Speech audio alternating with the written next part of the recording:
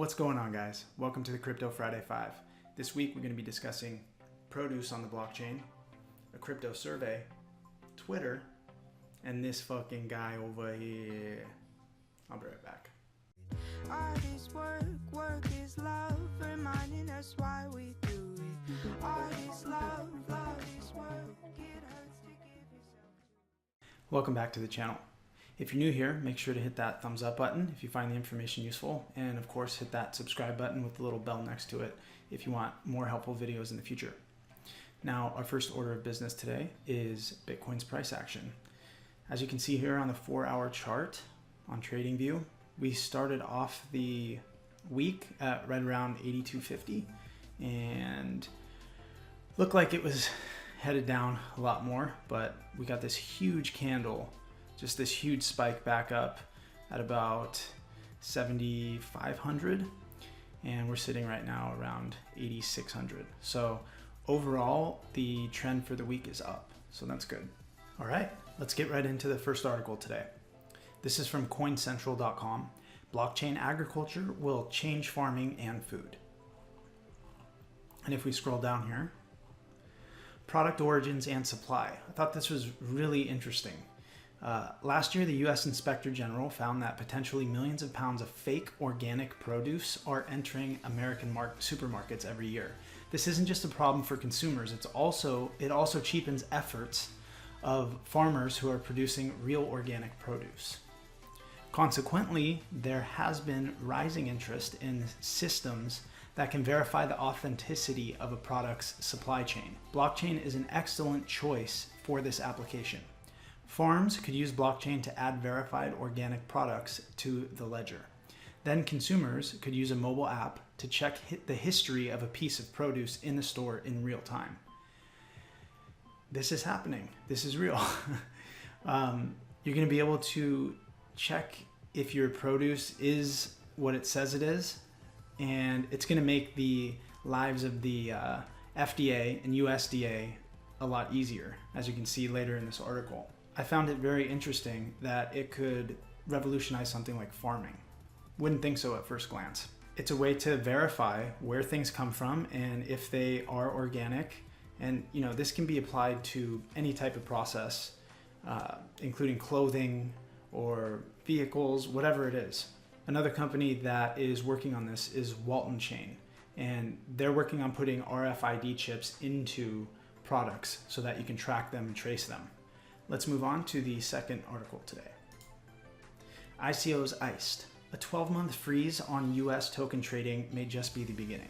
This is from Coinbase.com, and this article just goes into depth about how the SEC is looking at these ICOs and whether they consider them securities or not. Most exchanges are listing coins that are securities, and our view as the SEC is a large number of these exchanges are going to be closed. So what can we take from this article?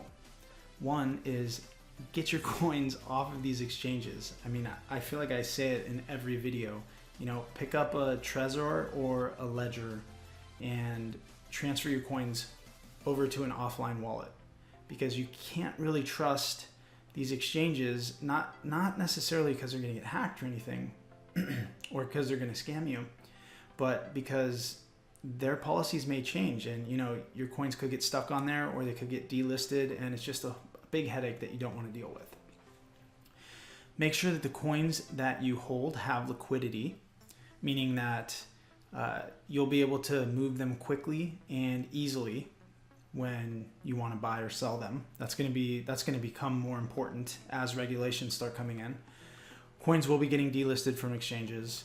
It's happening on Bittrex, which is one of the biggest altcoin exchanges, and it's happening constantly.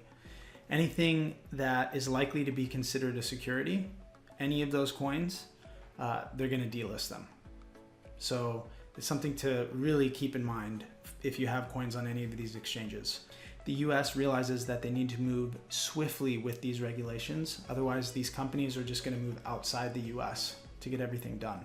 It's not going to be like one day 20 laws are passed It's going to be, ICOs, then they're going to go to exchanges, and they're just going to incrementally move forward and figure out how to kind of tame cryptocurrencies, which is going to be a challenge. Let's move on to the third article today. Trump prohibits U.S. purchases of Venezuelan cryptocurrency. So this is Trump saying that U.S. residents cannot invest in President Maduro's oil-backed cryptocurrency, ICO. President Maduro decimated the Venezuelan economy and spurred a humanitarian crisis. Instead of correcting course to avoid further catastrophe, the Maduro regime is attempting to circumvent sanctions through the petro-digital currency, a ploy that Venezuela's democratically elected National Assembly has denounced and Treasury has cautioned U.S. persons to avoid, Munchin said in a statement. This is not the first time that we've seen it, and it's not the last time that we're going to see it. So it'll be interesting to see how, different countries creating their own cryptocurrencies plays out in the future. All right, let's move on to the fourth article for today. This is from Cointelegraph.com. A new survey shows around 26 million Americans own cryptocurrencies and 8% plan to buy cryptocurrencies. This is a study that was done by Finder.com in February. The main things that I took from this are the reasons why people aren't buying cryptocurrencies. So they broke it down by men and women, and then by millennials by age. Disinterested is a huge one. It's too high risk. It's too complicated to understand. It's a scam. It's a bubble. So it just gives lists in order.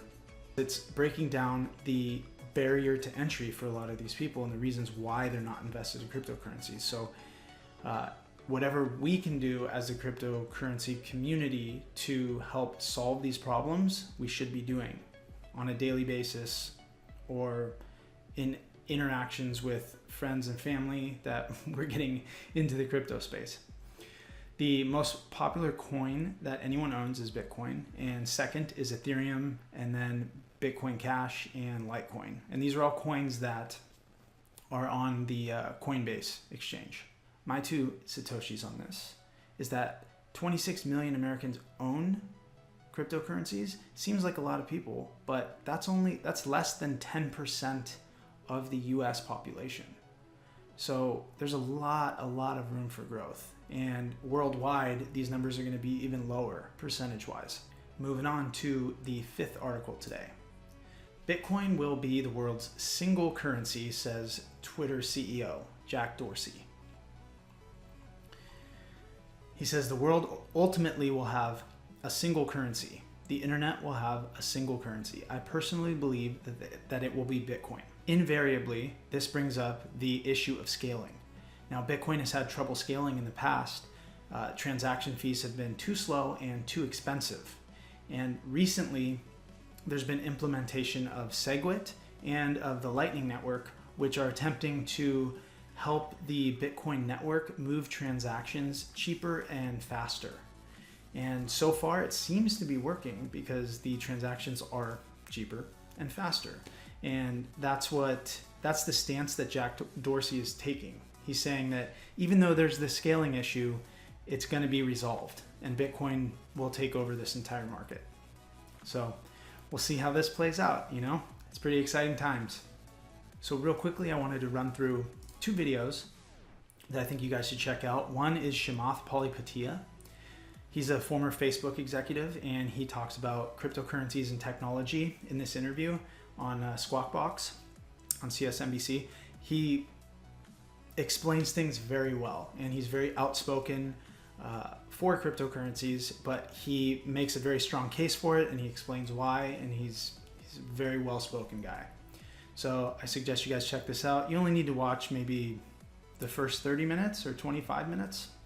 And the second video that I wanted you guys to check out is just an introduction into Walton Chain and what it is and how they're using RFID chips to basically bring transparency and accountability into a bunch of different industries.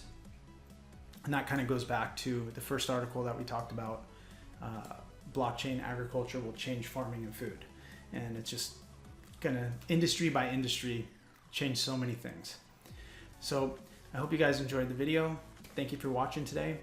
If you enjoyed it, hit that thumbs up button if you found the information useful. And of course, consider hitting that subscribe button if you want more informative videos in the future. And I will talk to you guys soon. Much love. Peace.